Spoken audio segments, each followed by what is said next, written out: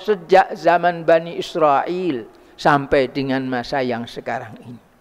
Tetapi ya Yohanes, baru 2 malam yang lalu satu hamba Allah, seorang muslim, saudara kita, seorang dokter yang biasa membantu, memeriksa, menjaga kesehatan anak-anak Islam dari pondok pesantren di Bekonang, dibunuh, dibantai oleh Densus 88 dengan tuduhan katanya tersangka teroris. Tersangka, bukan terbukti. Padahal persangkaan itu belum mesti membawa kebenaran.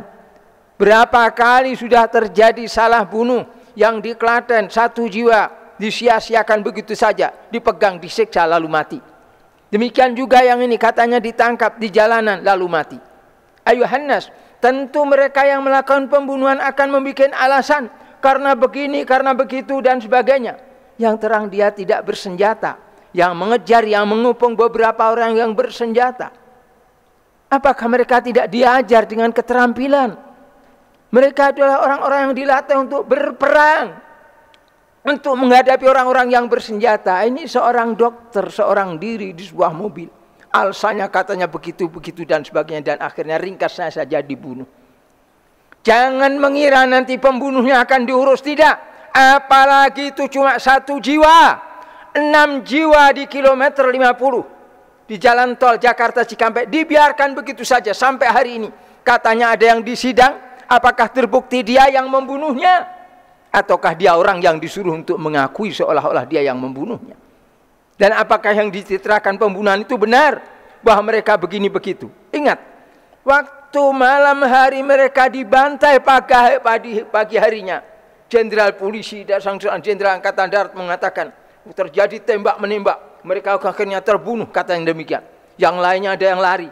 Yang lari adalah setan, teman mereka sendiri, karena tidak pernah ada yang lari.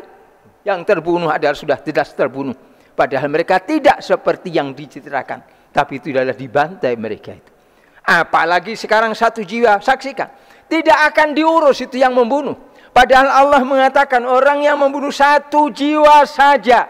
Bukan karena kisos, bukan karena yang diizinkan oleh Allah. Hukumnya sama dengan membunuh manusia seluruhnya. Dosanya akan dipikul. Dan ingat, bukan hanya para pelakunya saja yang kalau tidak bertaubat akan disiksa oleh Allah, tetapi juga mereka-mereka yang mendampingi, mereka-mereka yang memerintahkan, mereka-mereka yang menjadi atasan akan bertanggung jawab apa yang mereka lakukan itu. Tapi ya Yohanes, buat kita satu hal, nomor 1, jangan sampai kita meniru perbuatan-perbuatan mereka yang seperti itu. Jelas mereka tidak memakai aturan Islam. Bahkan aturan mereka sendiri pun mereka tidak pakai. Aturan mereka mengatakan bahwa tidak boleh seseorang dibunuh kecuali dengan keputusan hukum dari hakim bahwa dia harus dihukum mati. Selain itu tidak ada jalan untuk itu. Tapi ini dibuatkan cerita untuk membenarkan pembunuhan tersebut. Kita tahunya muslim adalah orang yang baik, melakukan perbuatan yang baik, tiba-tiba dituduh melakukan keburukan tanpa bukti. Mereka tentu akan mengatakan kami mempunyai bukti-bukti, mengatakan bisa. Akan tapi ingat bahwa apalagi membunuh, menuduh seseorang berzina, tidak mendatangkan 4 orang saksi, maka orang yang seperti itu tidak akan diterima persaksiannya selama-lamanya. Dan mengatakan Allah Ta'ala tentang mereka itu, wa ulaika humul fasiqun. Orang-orang yang fasik itu adalah orang-orang yang menuduhkan sesuatu, tetapi mereka tidak mendatangkan bukti.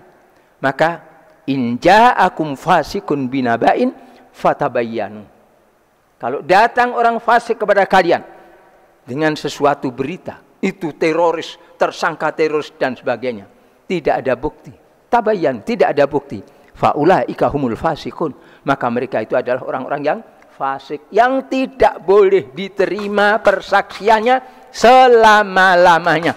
Bukan saya yang mengutakan, tapi Allah yang menetapkan hukum yang seperti itu. Karena itu jangan tiru mereka, jangan percayai mereka, dan bantulah mereka yang teraniaya itu. Karena kejadian yang seperti itu juga akan menimpa kita semuanya sewaktu-waktu yang kita saat ini belum mengalaminya.